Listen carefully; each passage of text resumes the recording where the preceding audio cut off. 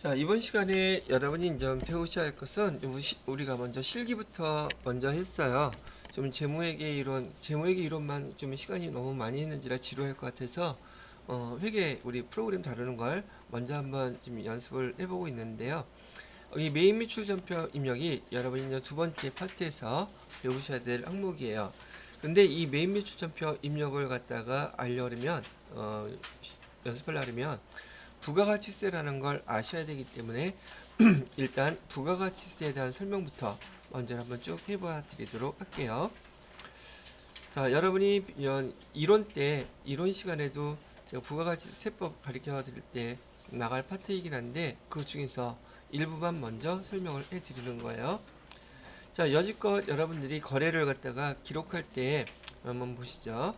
거래를 기록하실 때 상품을 팔았다 그러면 상품 매출 이렇게 쓰기로 했었던 거 기억나시죠? 그 다음에 돈을 아직 못 받았다, 한 달이 준다고 했다면 외상 매출금 쓰는 걸로 이렇게만 배우셨단 말이에요. 그런데 실제로 우리가 상거래를 할 때에는 그 부가가치세 세법이라는 세법에 의해서 거래되는 금액 있죠?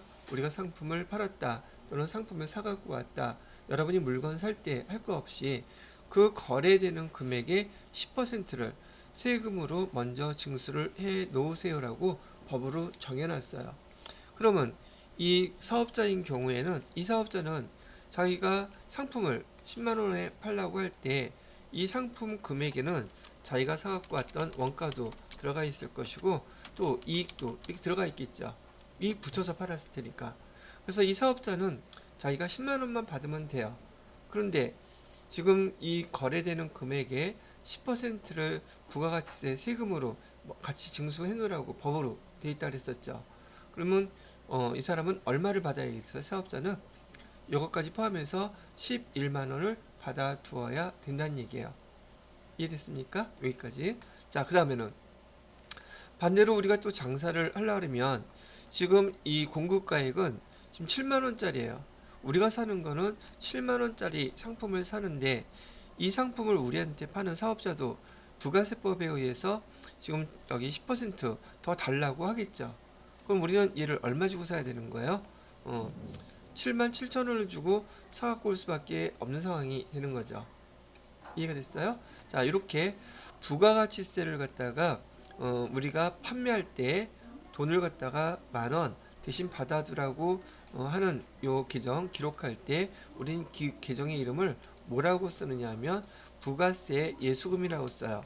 즉 어떤 거하고 비슷하냐면 직원들한테 월급 주면서 우리가 납부해야 될 돈들 원천징수해 놓은 금액 뭐라고 쓰기를 배웠죠? 예수금이라고 쓰기 배웠죠. 그 예수금은 우리 돈인가요? 우리 회사 돈이 아닌가요? 전혀 아니었었죠. 똑같이 이 부가가치세를 갖다가 미리 이렇게 받아 놓는 행위, 이 예수금은 절대 회사 돈이 아니라 그랬었어요. 근데 걔가 뭐에 의해서? 부가세법에 의해서 돈을 빼놓은 거죠. 그래서 이렇게 부가세 예수금이라고 쓰는 거예요. 우리가 물건 사올 때는요, 똑같이 부가세인데 대급금. 지금 부가세는 지금 보시니까 그 사업자의 돈이 절대 아니죠.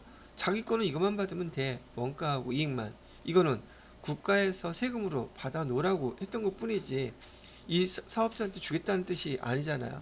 그죠? 반대로 여기 받아놨던 돈 얼마 받아놨어요? 물건 팔고 10,000원 받아놨죠. 근데 지금 물건 사면서 부가세 얼마를 먼저 지급했어요? 7,000원 지급했죠. 내가 받아 놓았던 돈 중에서 부가세를 먼저 지급해 준 거예요. 그러면 차이가 얼마 납니까? 받아놨던 돈은 10,000원이었는데 지금 내가 먼저 지급한 건 7,000원이죠. 그럼 얼마 더 갖고 있는 거예요, 우리가? 3,000원 더 갖고 있잖아요. 그게 부가가치세 신고 때 3,000원 국가에다가 납부하는 것을 부가가치세 신고라고 부르는 겁니다. 이런 건 계산하는 게. 자, 그렇다고 한다면 지금 여기 나타나 있는 금액 중에서 많은 사업자들이요, 부가가치세까지 받아둔 이 11만 원 있죠? 이게 다 자기 돈인 줄 알아.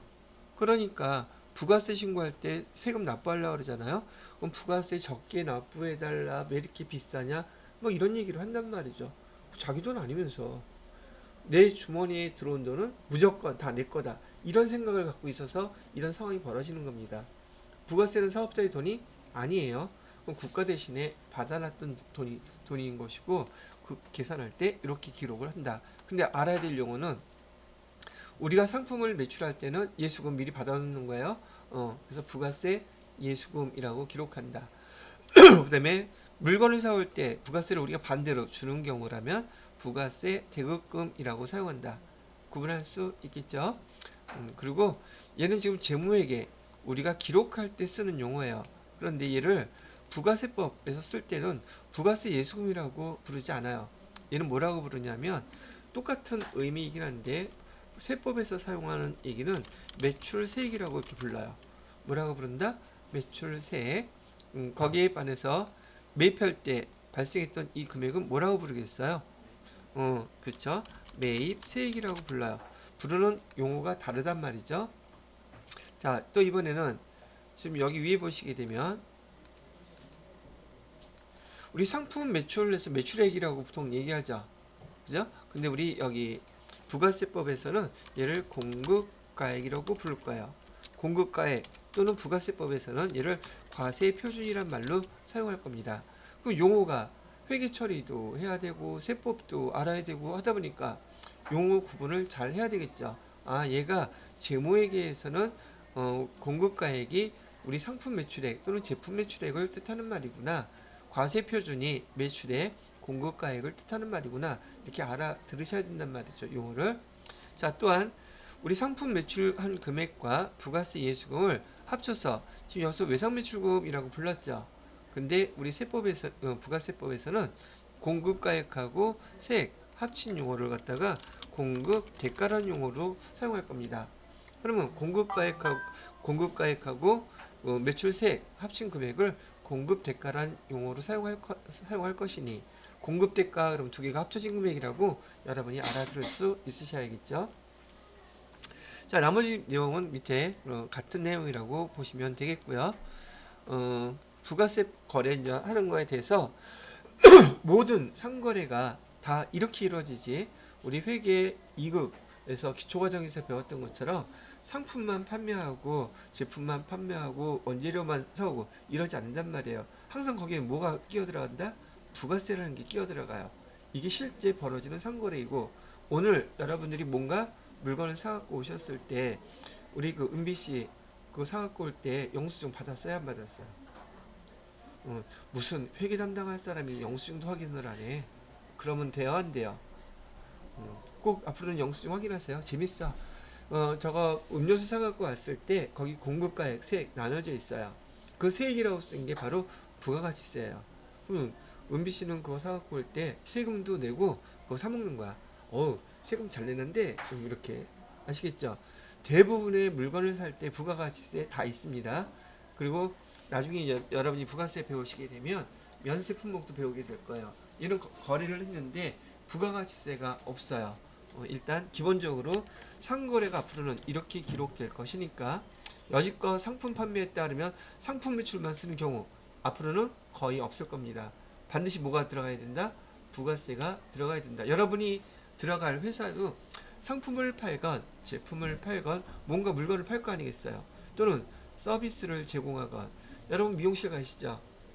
영수증 앞으로 받아서 구경이라도 좀 하세요. 뭐가 좀 인생에 도움이 되게. 그럼 거기에 공급가에 세액 이렇게 항상 나뉘어져 있는 거 금액을 보실 수 있을 거예요. 아시겠죠? 오케이. 그렇게 해놓고 그 이 외상매출금 공급대가를 공급가액과 세액으로 또는 상품 매출과 부가세 예금으로 구분하는 그 계산 방법이 이 공급대가 여기에다가 나누기 계산기로 여러분 집에 스마트폰 다 있으시죠? 소수점으로 나누기 1.1 하게 되면 공급가액 세액 딱 구분이 돼요.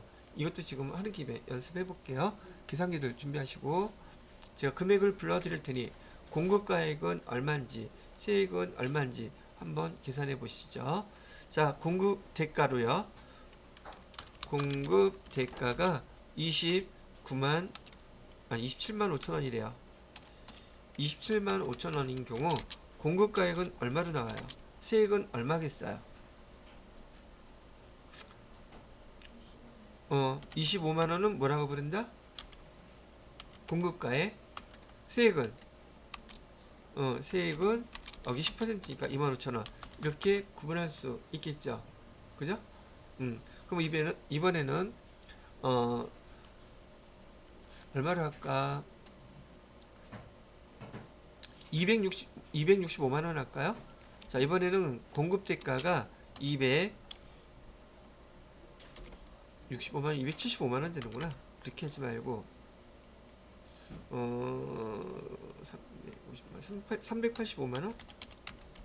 385만 원일 경우 공급가액은 얼마고 세액은 얼마겠습니까? 350만 원. 그다음에 세액은 35만 원. 이렇게 계산된다는 거 알 수 있겠죠? 이렇게 하라는 얘기고요. 그다음에 또 얼마로 해볼까? 금액을 높여가지고 1,540만 원 해볼까요? 1,540만 원일 경우 공급가액은 얼마? 세액은 얼마? 어떻게 하는지 알겠죠? 앞으로 많이 쓸 거예요. 근데 이게 어려운 게 아니라 처음 배우는 거잖아. 그래서 공급 대가를 이렇게 공급가액과 세액은 어떤 세액을 얘기해요? 매출세액, 매입세액 이런 것들 얘기하는 거예요. 부가세와 관련된 것들. 자, 이런 거 먼저 구분하실 수 있으셔야 된다. 요것부터 먼저 하나 얘기해 드렸고요. 부가가치세 신고는 어떻게 하는 거다? 매출세액에서 매입세액 뺀 거 나머지 금액 거기 납부하면 되는 거예요. 근데 그런 경우 있지 않을까? 매출세액이 더 많고 더 적고 매입세액이 더 많아요. 그럼 그 금액만큼 환급을 받아요. 뭐 할 때? 부가세 신고할 때. 자, 그런 용어들만 먼저 한번 받으셨으면 되겠습니다. 자, 요거는 여기 여러분 나눠드렸던 여기 PPT에 다 있죠? 이건 별도로 제가 올려드리지 않아도 될 것 같은데 캡처해드려요? 안 해도 돼요. 안 해도 돼요? 자, 그러면 다음 거. 지금 여러분들이 앞으로 접하시게 될 전산 회계 1급 시험 문제에서도 이 부가가치세 이론 시험 문제가 실기 말고도 이론 시험 문제가 3문제가 나옵니다. 근데 보편적으로 부가가치세를 배우시게 되면 그 문제에서 그 많은 양 중에서 3문제, 4문제 내기가 그렇게 만만치가 않단 말이죠. 너무 디테일한 걸 낼 수가 없어요. 보편적인 걸 내야지. 그래서 거기 여러분이 배우시게 될 부가가치세의 특징, 이 특징들을 잘 기억을 해두셔야 된다는 얘기를 먼저 해드리는 거죠. 자, 부가가치세 특징을 보면 우선 부가가치세는 국세예요. 국세의 상대적인 개념은 지방세인데 부가가치세는 국가에서 직접 징수를 해서 관리하는 그 세금이다 이렇게 기억을 하시면 되고요.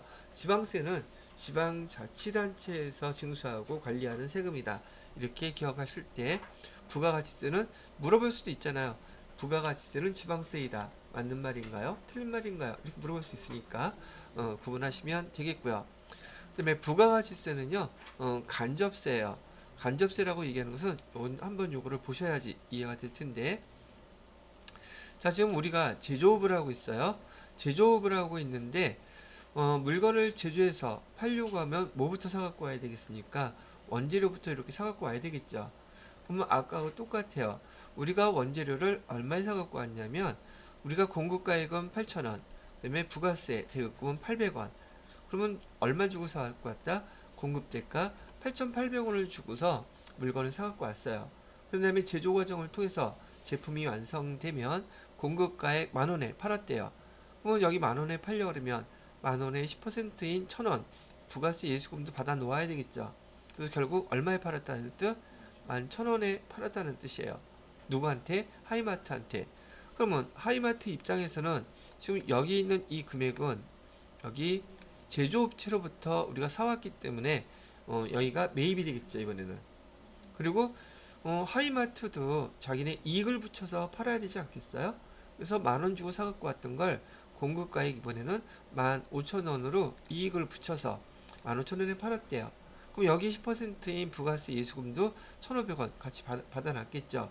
누구한테 팔았어요? 이번에는 대리점한테 얘네들이 팔았대요. 그래서 공급대가 얼마 받았다고요? 16,500원 받은 거예요. 그럼 대리점 입장에서는 지금 하이마트로부터 여기 금액 얼마 주고 사왔어요? 얘가 또 반대로 여기가 매입이 되겠죠. 그리고 또 이익을 붙여서 팔아야 됐어요. 그래서 얼마에 팔았냐 봤더니 공급가액은 2만 원을 받고 팔았대요. 그러면 이걸 여기 10%인 2,000원 예수금도 받아놨겠죠. 오케이? 총 얼마 주고 팔았다? 2만 2천 원 주고 팔았어요. 지금 이 대리점에서는 이걸 누구한테 팔았냐면 결국 최종 소비자한테 팔았다는 얘기예요. 이 최종 소비자는 누구냐면 박준영 씨래요. 그럼 준영 씨는 지금 얼마를 내고 이 물건을 샀겠어요? 총 2만 2천 원을 주고 샀겠죠. 근데 여기에 부가세 예수금 2천 원 공급가액으로 2만 2천 원이면 공급가액은 2만 원이고 세금 부가가치 세금 얼마를 낸 거예요? 2천 원을 냈죠. 그 세금이 2천 원이 누구 건가 한번 봐봐요. 지금 이 대리점에서는 부가세 예수금은 얼마였었어요? 2천 원. 근데 얼마를 썼어요? 그럼 얼마를 국가에다 납부해야 돼요? 500원 납부해야 되죠. 500원 남았으니까. 그래서 500원 납부하고. 그 다음에 여기 하이마트인 경우에 공급가액은 15,000원, 즉 1,500원 받아놨죠? 얼마 썼어요? 그럼 얼마 또 부가세 때 납부해야 돼요? 500원. 제조업체도 부가세 이거 1,000원 생겼죠? 얼마 썼어요? 800원 썼죠? 그럼 얼마 납부하면 돼요? 200원 납부하면 되죠? 이 원재료를 판매한 이 사업자 800원 이 사업자 입장에서는 매출이죠. 그러면 아무것도 매입이 없다고 하면 이 사람은 800원 다 납부해야 되겠죠. 그럼 납부한 금액 다 합쳐보세요. 세금, 부가세 800원, 200원, 500원, 500원 합쳐서 얼마예요? 2,000원이죠. 2,000원 다 세금 누가 낸 거예요? 최종 소비자가 낸 거죠. 그럼 이 사업자들은 이 부가가치세 세금 자기가 낸 돈이 있어요? 없어요? 부가세는 사업자들한테는 자기 돈 아니에요. 그러면 이 세금은 결국 누가 내는 거예요? 다 최종 소비자가 냈죠. 그래서 이렇게 세금을 직접 내는 사람을 우리는 뭐라고 부르냐면 호갱이라고 부른다? 그러면 안 되겠죠. 담세자라고 불러요. 뭐라고 부른다? 담세자. 그리고 이렇게 실제적으로 세금을 낸 사람은 담세자인데 그 부가가치세를 납부하는 사람들은 누구가 되냐? 이 사람들을 납세자라고 불러요. 담세자와 납세자가 같아요? 달라요? 다르죠? 이렇게 다른 케이스를 우린 뭐라고 부른다? 여기 간접세라고 부르는 거예요. 뭐라고 부른다? 간접세. 그러면 상대적인 개념이 직접세인데 직접세는 여러분이 월급을 받으면 그 월급 명세서에 소득세 내죠. 그 소득세 여러분의 이름으로 납부하는 걸까요? 회사 이름으로 납부하는 걸까요? 여러분 개개인의 이름으로 납부하는 거예요. 회사의 담당자는 그걸 심부름만 할 뿐이라고 제가 얘기했었죠. 오케이? 자, 세금을 내 이름으로 직접 납부하는 걸 직접세라고 부르고 대표적인 케이스는 소득세나 상속세, 증여세 받는 사람 이름으로 거기에 대한 해당되는 세금을 납부하는 거예요. 그런데 부가세는 자기 이름으로 납부하는 게 아니죠. 이렇게 다른 것을 갖다가 우리는 간접세라고 부른다라는 얘기도 해드리는 거고요. 그 다음에 여기 나오는 거 부가가치세는요 일반 소비세다. 이게 무슨 말이냐면 여러분들이 물건을 사시잖아요. 일반적인 품목들을 소비할 때 내는 세금이 바로 부가가치세예요. 그럼 상대적인 개념은 뭐냐면 개별 소비세라고 부르는데 이 개별 소비세는 사치 품목에 부과되는 세금이에요. 그렇게 기억하시는 게 좀 편하지 않을까. 사치 품목에 부과되는 세금을 우리는 개별 소비세라고 부르는데 우리나라에서는 대표적으로 개별 소비세가 부과되는 것이 승용차예요. 승용차 중에서도 경차 이상 되는 그 것들 있죠. 거기는 개별 소비세가 부과돼서 그 차의 값이 좀 더 비싸다는 얘기죠. 10% 말고도 또 내는 거예요, 개별 소비세? 10%가 결정되기 전에 그 물건 값에다가 개별 소비세가 부과돼 있어요. 거기다가 부가세가 또 10%가 추가되는 거예요. 아, 이미 개별 소비세가 붙어 있는 상태에서 10%를 또 그렇죠. 승용차가 그런 가격이에요. 또 어떤 것들이 있냐면 우리 흔히 얘기하는 여성들이 제일 좋아하는 비싼 외제 가방 뭐 있어요? 딱 떠오르는 거. 구찌? 샤넬? 더 유명한 거 없어요? 뭐 구글? 아 구글은 아닌가? 하여튼 그런 거 우리나라에 가방이 없어요. 뭐 그 옷이 없어요. 있죠. 근데 내가 그걸 수입해서 수입된 걸 살 때 괘씸하잖아.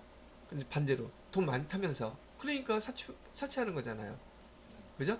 그러니까 돈 많으니까 여기다 세금을 붙여놓을 테니까 그 세금 내고서 사세요. 이게는 거야. 그러면 사는 사람은 사서 좋아. 국가 입장에서는 세금 들어와서 좋아. 안 좋은 사람이 있나? 다 좋죠? 근데 돈 벌어다 주는 남편은 힘들어. 자, 그런 게 이렇게 구분할 수 있어야 되고, 자, 그리고 또 여기 보세요. 부가가치세는 단계가 지금 계속 증가할수록 가격이 증가하고 있죠. 처음에 여기 뭐 물론 여러 가지 이유가 있긴 하겠지만 공급가의 시작은 얼마부터 했어요? 8,000원부터 시작해갖고 지금 얼마에 팔리고 있어요? 2만 원? 그러면 우리가 여러분이 많이 일상생활에도 얘기 들었다시피 거래가 많이 유통 단계가 길어지면 길어질수록 중간에 끼어드는 그 사업자들이 자기 이익을 보전해야 될 테니까 더 비싸게 받아야 되겠죠. 그럼 최종 소비자의 돈 내는 금액은 더 커질 수밖에 없잖아요. 그러니까 한동안 막 직거래하는 것, 특히 농산물 같은 경우 직거래하려고들 많이 얘기하지 않았었어요? 그럼 뭐가 줄어드니까? 여기 8,000원에 파는 사람이 9,000원만 받아. 2만 원에 사는 사람이 9천 원에 사면 양쪽 다 이득이죠. 중간 업자들이 많이 끼게 될수록 비싸지는 원리가 바로 이런 원리예요. 이해가 됐어요? 그리고 단계가 지금 금액이 증가하고 있죠. 공급가액만 따졌을 때 8,000원에서 만원, 만원에서 15,000원, 15,000원에서 2만원 금액이 증가하고 있죠. 이렇게 가격이 증가할수록 이걸 한자어로 부가라 그래요. 계속 가격이 증가할수록 거기에 따라서 계속 부가세가 부과되고 있죠. 밑에 이렇게 보는 것처럼. 그래서 얘를 다단계 거래세라고도 부르는 거예요. 여러 단계를 거치면서 계속 세금이 발생하는 그 형태를 다단계 거래세라고 부른다. 얘기 설명해 드렸고요.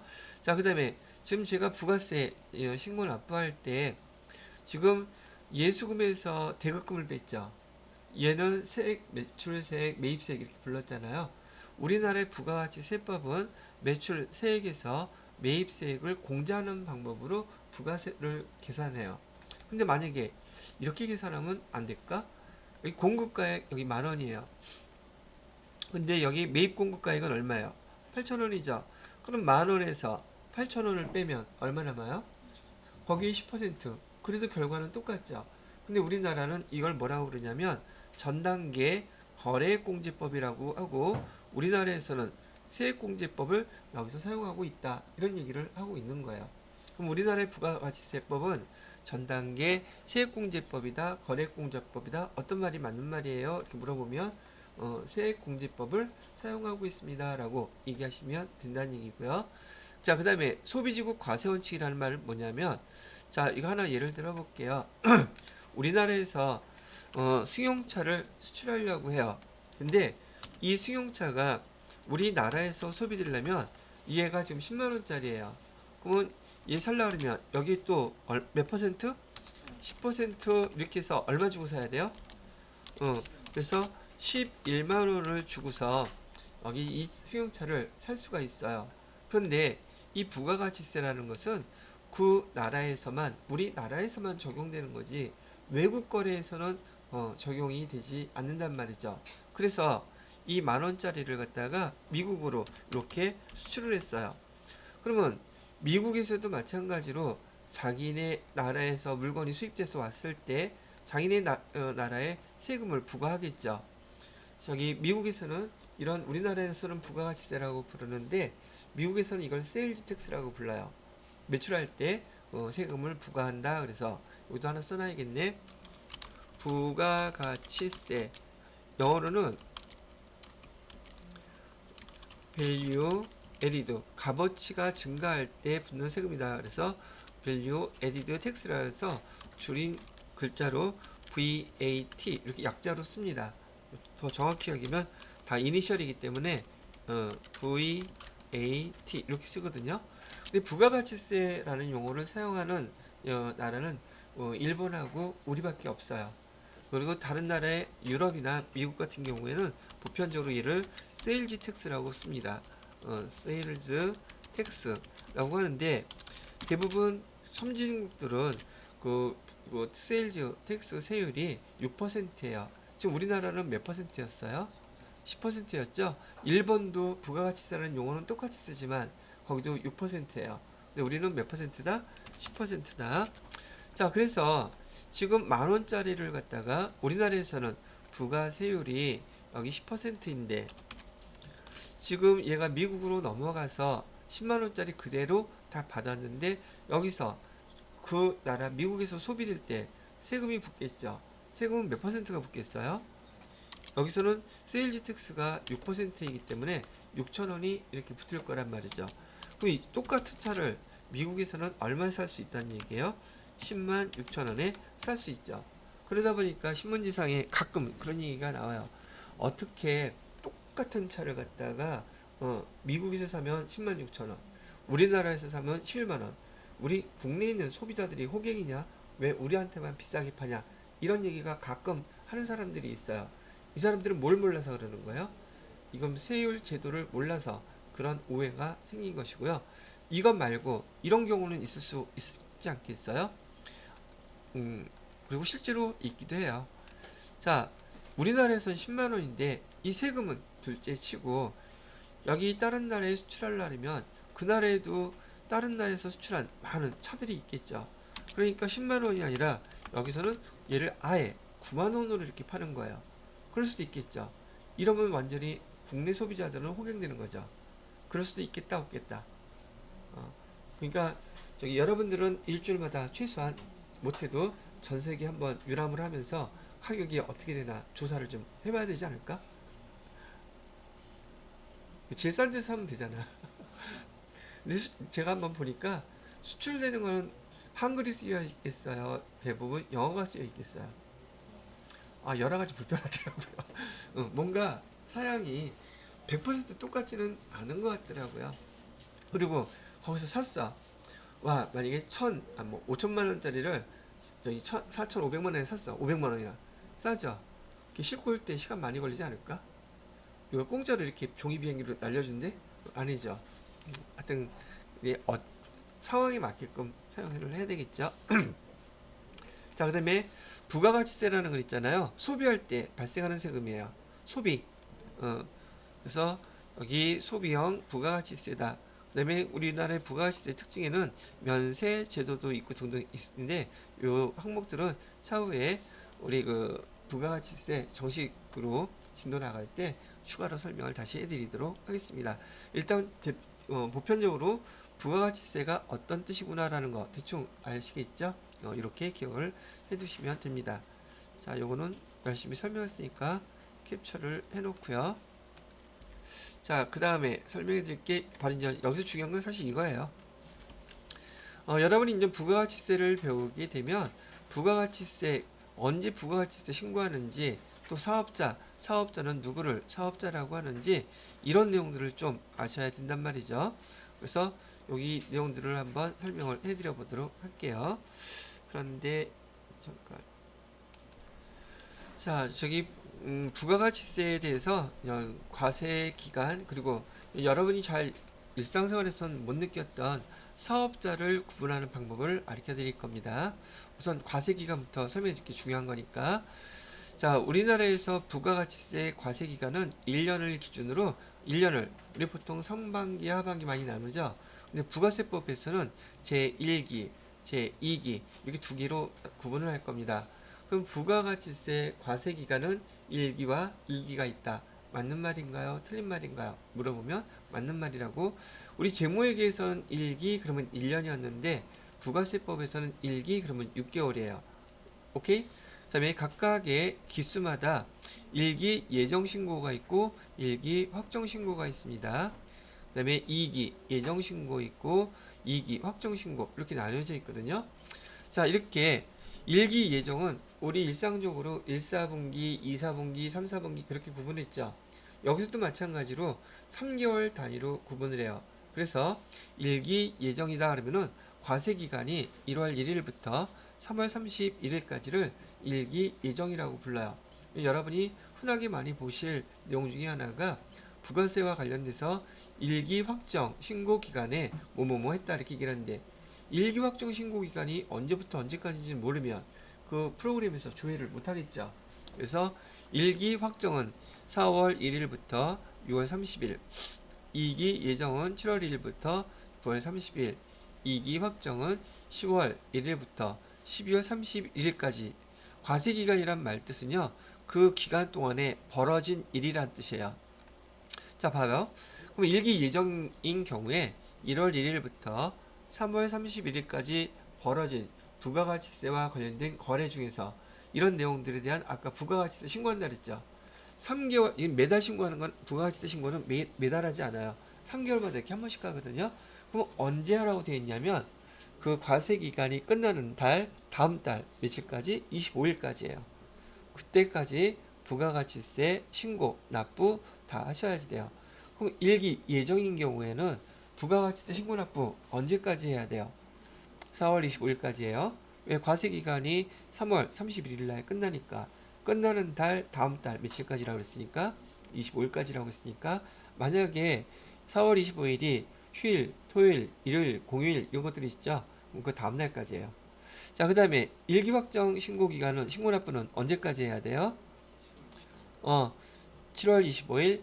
2기 예정은요? 10월 25일. 2기 확정은 1월 25일까지 부가가치세 신고 납부해야지 돼요. 이해가 되셨지요? 자, 여기서도 신고라는 용어와 납부라는 용어도 구분하셔야 돼요. 신고라는 말은 나중에 배우시게 될 그 신고서 있죠, 종이. 신고서를 제출하는 걸 신고라고 하고요. 납부는요, 그 신고서에 적혀 있는 금액, 그거 내는 거를 납부라고 부르는 겁니다. 자, 이번엔 사업자 설명해 드릴게요. 자, 우리 부가세법에서 여러분 사업자들, 사업을 하는 사람들은 이렇게 구분해요. 사업자는 사업자 등록증을 갖고 있는 사람들이고요. 사업자하고 상대적인 개념은 비사업자예요. 그럼 비사업자는 누구를 뜻하나요? 여러분들을 얘기하는 거야. 개인들. 비사업자는 사업자 등록증이 없는 사업자들이라고 얘기를 하는 거죠. 자, 그 다음에 이 사업자는요, 여기 과세라고 되어 있는데, 과세라는 말은 부가가치세를 납부해야지 되는 사람들을, 사업자들을 얘기하는 것이고요. 여기 면세사업자는 부가가치세에 납부할 게 없는 면제받은 사업자들을 면세사업자라고 부릅니다. 자, 다시 사업자는 뭐하고 뭘로 구분한다고요?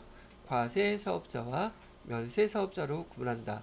과세사업자는 부가가치세가 부과되는 사업자들이고, 면세사업자는 부가가치세가 부과되지 않는 사업자들이란 뜻이에요. 오케이? 자, 그런 다음에 그러면 우선 면세사업자, 왜 부가가치세가 없을까? 여러분이 일반적으로 생활하시면서 그 영세사업자라는 말 많이 들어보셨죠? 영세사업자는 돈을 많이 벌지 못하는 사람들이란 말이죠. 근데 그 사업자가 지금 여기 눈을 씻고 봐도 지금 사업자에 구분을 하고 있는데, 여기 영세사업자라고 있어요? 없어요? 없죠? 여기서 여러분들이 알고 있는 이 영세사업자는 의미가 좀 다르는데, 나중에 구분할 때 일단은 영세사업자가, 면세사업자가 영세사업자일까? 그 구분 아직 모른단 말이죠. 영세사업자라고 얘기하는 것은 영세 말뜻이 초라하고 초라하고 보잘것 없음, 이런 의미를 갖고 있어요. 그래서 사업자긴 사업자인데 그 수익 금액이 초라하고 보잘것없이 미미하단 말이죠. 이런 사업자들을 우리 일반적인 용어로는 영세사업자라고 부르는데, 그 영세사업자가 면세사업자가 아니에요. 얘는 부가가치세를 면제받았다고 얘기하는데, 나중에 면세에서 배울 거긴 하지만 일단 지금은 면세사업자의 대표적인 기관 병원이라고 생각하시면 돼요. 병원이 가난한가요? 가난하지 않죠? 그래서 제가 여러분 그 기존에 갖고 계시는 생각이 잘못됐을 수 있기 때문에 아예 큰 걸로 얘기해 드리는 거예요. 면세사업자 병원, 또 어디도 있냐면 학교도 있어요.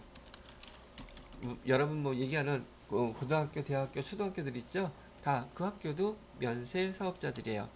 여기 학원도 마찬가지고요. 왜 세금을 면제해 놨을까? 그건 나중에 설명할게요. 그래서 면세사업자 하면 여기 영세 사업자라고 혼동하지 않도록 주의하시고요. 자, 그러면 세금 부가가치세가 면제되어 있는 면세사업자 말고 부가가치세를 부과해야 되는 이 과세 사업자들은 또 크게 일반 사업자하고 여기 간이 사업자로 나눕니다. 바로 요 간이 사업자가 여러분이 알고 있는 여기 영세 사업자에 해당되는 사업자들이에요. 부가세법에서는 이 사업자들을 뭐라고 부른다? 간이 사업자라고 부르고 간이 사업자의 뜻은요. 직전 연도 공급대가 아까 용어 배우셨죠? 직전 연도에 공급대가가 8천만 원 미만인 사업자들을 부르는 요 명칭이에요. 근데 얘가 작년에 개정이 됐어요. 그전에는 얼마였었느냐 하면 4,800만 원이었단 말이죠. 4,800만 원에서 지금 8천만 원으로 그 간이사업자의 범위가 확대 적용되고 있어요. 그러면 4,800만 원, 8천만 원. 8천만 원이 공급대가잖아요. 그죠? 그러면 8천만 원 중에서 우리 장사할 때 매출원가 배웠죠? 여기 공급대가가 공급가의 세액 다 합친 금액이에요. 근데 그걸 다 합쳤다 손 치더라도 그냥 한 달에 나누기 12, 8천만 원을 갖다가 나누기 12 한번 해보세요. 8천만 원 나누기 12 하면 660만 원 정도 되거든요. 이 중에서 660만 원 중에서 얘가 매달 660만 원인데 매출원가 빼고요. 장사하려면 판관비도 나가겠죠. 그럼 뭐가 계산돼요? 영업이익 나오죠. 보통 이런 일반 그 매장들의 영업이익은 보통 30%로 봐요. 그러면 660만 원어치 한 달에 팔았을 때 660만 원에 30%면 얼마나 옵니까? 200만 원 좀 안 나오죠. 지금 최저가 얼마예요? 200만 원 넘죠. 지금 여기 660만 원 정도 잡았을 때 이거 부가세까지 다 포함해서 198만 원 나오거든요. 그럼 이 사업자는 연간 8천만 원을 지난번에 벌었어도 거기에 매출원가, 판관비 다 빼고 나면 자기 주머니에 들어갈 수 있는 소득이 198만 원이라는 얘기예요. 그러면 한 사람이 최저 금액 받으면서 여기 월급 받는 사람보다 돈을 더 잘 번다는 뜻이에요? 못 번다는 뜻이에요? 못 번다는 뜻이에요. 그러니 이 사업자들은 돈을 많이 버는 사업자들이 아니란 말이죠. 그래서 간이 사업자가 여러분들이 알고 있는 바로 영세 사업자인 거예요. 이해가 되겠죠? 그래서 이 영세 사업자들한테는 세제 혜택도 주고요. 편의사항도 봐줘요. 왜 돈을 많이 못 버는 그 사업자들이기 때문에 주변에 이런 분들이 많을까 적을까? 많죠? 그래서 이런 혜택을 줍니다. 사업자들 좀 구분할 줄 알겠죠? 자, 그 다음에 일반 사업자들, 일반 사업자들은 크게 법인 사업자와 개인 사업자로 구분합니다. 그런데 우리 지금 회계 1급에서는 우리 회사는 법인이죠. 어디에 해당돼요? 여기에 해당돼요. 그래서 법인인 경우에는 부가가치세 신고 납부를 매 기수마다 즉 1기 예정, 1기 확정, 2기 예정, 2기 확정 깡그리 다 합니다. 4번 다 하는 거예요. 그럼 여러분들은 대부분 회사 들어갈 때 법인에 취업할 확률이 높으니까 부가세 잘 알아둬야 되겠죠. 자, 거기에 반해서 개인 사업자들은요. 개인 사업자들인 경우에는 예정 신고는 하지 않아요. 근데 어디만 한다? 확정 신고는 해야 됩니다. 그렇다고 해서 개인 사업자들이 예정 신고 때 부가세 납부하지 않는다는 뜻은 아니에요. 얘는 국세청에서 고지를 해줍니다. 근데 직접 신고 납부하게 되면은 사실상 그 개인 사업자들이 본인들이 부가세법을 알지 않는 이상 부가세 신고를 할 수가 없겠죠. 그럼 어디 가야 돼 또? 거기 누구한테 해달라고 의뢰해야 되잖아요. 그럼 또 돈 들어가겠죠. 그래서 그거를 갖다 지금 예외시켜 준 거예요. 그래서 개인 사업자들은 예정 신고는 고지만 해주고 확정 신고는 어디서 해야 된다? 직접 아니면 그 누구한테인가 의뢰해서 하라는 얘기예요. 자, 그런데 얘도 얼마 전에 또 세법이 개정된 거에 따라서 개인들은 돈을 많이 못 버니까 그래도 법인에 비해서 예정 신고 안 해도 된다 그러고 확정 신고만 하라고 해놓고 법인들 중에서도 돈 못 버는 곳들 많이 있지 않겠어요? 그럼 우리 법인들한테도 좀 이런 혜택을 줘라. 매 분기마다 이거 부가세 신고하려니 매번 돈 내야 되고 짜증난다. 그런 얘기가 나왔겠죠. 그래서 세법이 개정되면서 어떻게 개정됐냐면 여기 법인 사업자들 중에서 직전 연도에 이런 공급가액이요. 공급가액 그것도 뭐하고 또 같은 말이라 그랬어요. 과세 표준이 1억 5천만 원. 1억 5천만 원 이하인 법인 사업자들을 우리는 앞으로 영세 법인 사업자라고 부른다. 뭐라고 부른다고요? 영세 법인 사업자라고 불러서 이 사람들은 개인 사업자들하고 똑같은 취급을 하겠다. 그래서 개인 사업자들처럼 예정 신고를 할 필요가 있다 없다? 없다. 그다음에 확정 신고만 하면 된다. 이렇게 하기로 약속을 했어요. 법으로 정했다는 얘기예요. 자, 그다음에 아까 얘기했던 여기 간이과세자의 과세 기간은 아까 우리 부가세 과세 기간을 구분했던 이 구분이 아니라 1월 1일부터 12월 31일까지 한 번밖에 없어요. 그럼 간이과세자는 부가가치세 신고를 언제 하면 된다는 얘기예요? 신고 납부를 다음에 1월 25일 날 한 번만 하면 된다는 얘기예요. 아시겠죠? 시험 문제 아주 잘 나와요. 간이과세자의 과세 기간은 부가가치세일 경우 1월 1일부터 12월 31일까지이다. 이렇게 하고요. 이 아까 얘기했던 면세사업자는 부가가치세법상의 사업자가 아니에요. 여기 보시면 여기 면세사업자는요. 부가가치세법상의 사업자가 아니어서 부가가치세 신고 납부할 의무가 있다 없다? 없다. 세금 낼 것도 없어요. 여기 면세사업자는 법인세법과 소득세법상의 사업자이라고만 알고 계시면 되겠습니다. 부가가치세 신고 납부 하지 않습니다. 근데 그 다음에 이거 협력 의무는 있어요.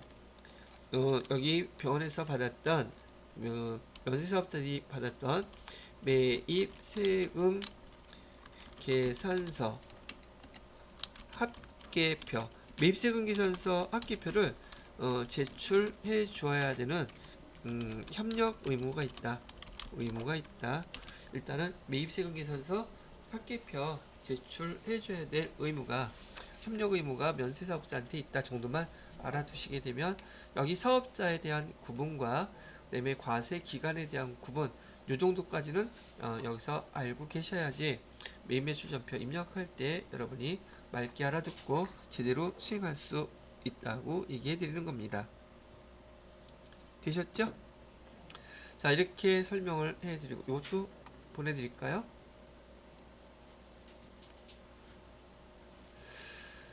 자, 여기서 지워드리고 그 다음에 이제 설명해 드릴 것은 끝났고요. 그 다음에 여러분 여기 프로그램에서 여기 전체 화면 잠깐 보시게 되면은요. 자, 일반 전표 입력의 일반 전표 바로 밑에 메인 매출 전표 입력이라고 되어 있죠. 이 메인 매출 전표 입력에서 여러분이 여기 일반 전표, 메인 매출 전표 입력, 전자세금 계산서 발행 이 전표 입력에서 여러분의 일상생활에 만약에 업무를 가지시게 된다면 8, 90%가 아마 여기서 이루어질 일들이에요. 이걸 주로 하실 거란 얘기죠. 자, 그래서 이 정도면 이제 알게 될 것이고요. 여기 메인 매출 전표 입력할 때 증빙서류 증빙서류 4개만 소개시켜 놓고 마무리하도록 하겠습니다. 메인 매출 전표에다가 입력해야 되는 증빙서류는 첫 번째 세금 계산서요. 여기서 얘기하는 세금이란 말은 부가가치세 세금을 얘기하는 거고요. 두 번째로는 계산서. 얘는 세금자가 빠졌어요. 부가세가 없다는 뜻이기도 하고요. 세 번째는 신용카드 매출 전표. 그다음에 네 번째로는 현금 영수증. 이 네 가지는 암기하고 계셔야 됩니다. 또 근데 하도 많이 사용하다 보면 저절로 암기될 것이긴 한데 그래도 암기해 놓으세요. 얘네들을 우리 뭐라고 앞으로 부를 거냐면 적격증빙이라고 부릅니다. 얘 명칭의 이름이 적격증빙. 예전에는 얘네들을 법정증빙서류라고 불렀어요. 법정증빙. 왜 적격증빙이고 법적증빙이냐? 여러분 뭐 많이는 들어보셨겠지만 이 네 가지 증명서류들은요 발급하는과 동시에 대부분 국세청에 그 거래 자료가 바로 넘어가요. 그러니까 국세청에 거래 내역이 통보된다는 얘기겠죠. 그러니 국세청에 통보가 됐으니 너무나 명확하게 증거가 있는 거죠. 그래서 증빙서류로 다 100% 인정해 준다는 얘기. 그래서 앞으로 메인 매출 전표에다가 자료를 입력할 때에는 요 네 가지 주거나 받거나요. 세금 계산서를 줬거나 받았거나 현금 영수를 주거나 받거나 그런 거래들 모두 다 여기 메인 매출 전표에다가 입력해야 되고 요 네 가지 이외의 전표들은 일반 전표에다가 입력한다. 그럼 증빙서류도 나중에 구분할 줄 아셔야겠죠. 그죠? 그런 것은 내일 연습해 보도록 하겠습니다. 자, 여기까지가 여러분 메인 매출 전표 입력 들어가기 전에 부가세에서 기본적으로 알아야 될 것만 먼저 설명을 해 드린 겁니다. 자, 그럼 다음 시간에 메인 매출 전표 입력을 하는 걸 같이 해보도록 할게요. 여기 이번 시간은 이걸로 마무리 짓도록 할게요.